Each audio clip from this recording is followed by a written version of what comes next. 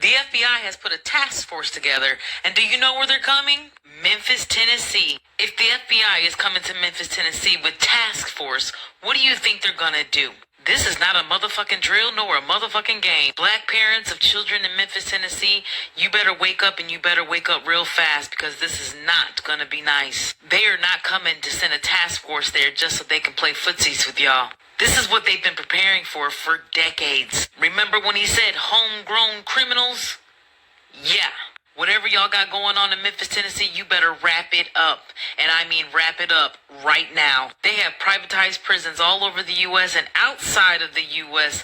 with cots that are empty, ready to go. And these companies who own these privatized prisons are ready to put them in these work release programs and work them for free. This is not a drill, nor is it a game. Y'all better get serious about this, and I mean serious about it really quickly, because they're coming, and they're not going to stop until they get what they want. But Memphis, Tennessee is the homicide capital of America per capita. Didn't know that.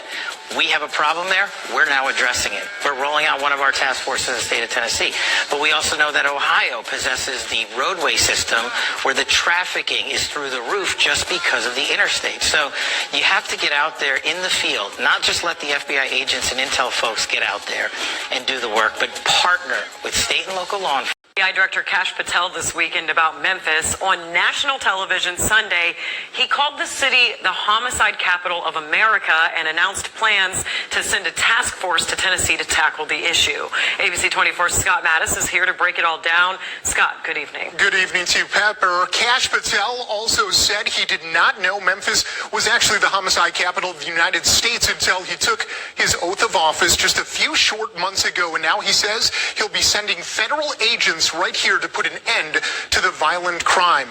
Now, I can also tell you, he said this: I didn't know this until my confirmation process, but Memphis, Tennessee is the homicide capital of America per capita.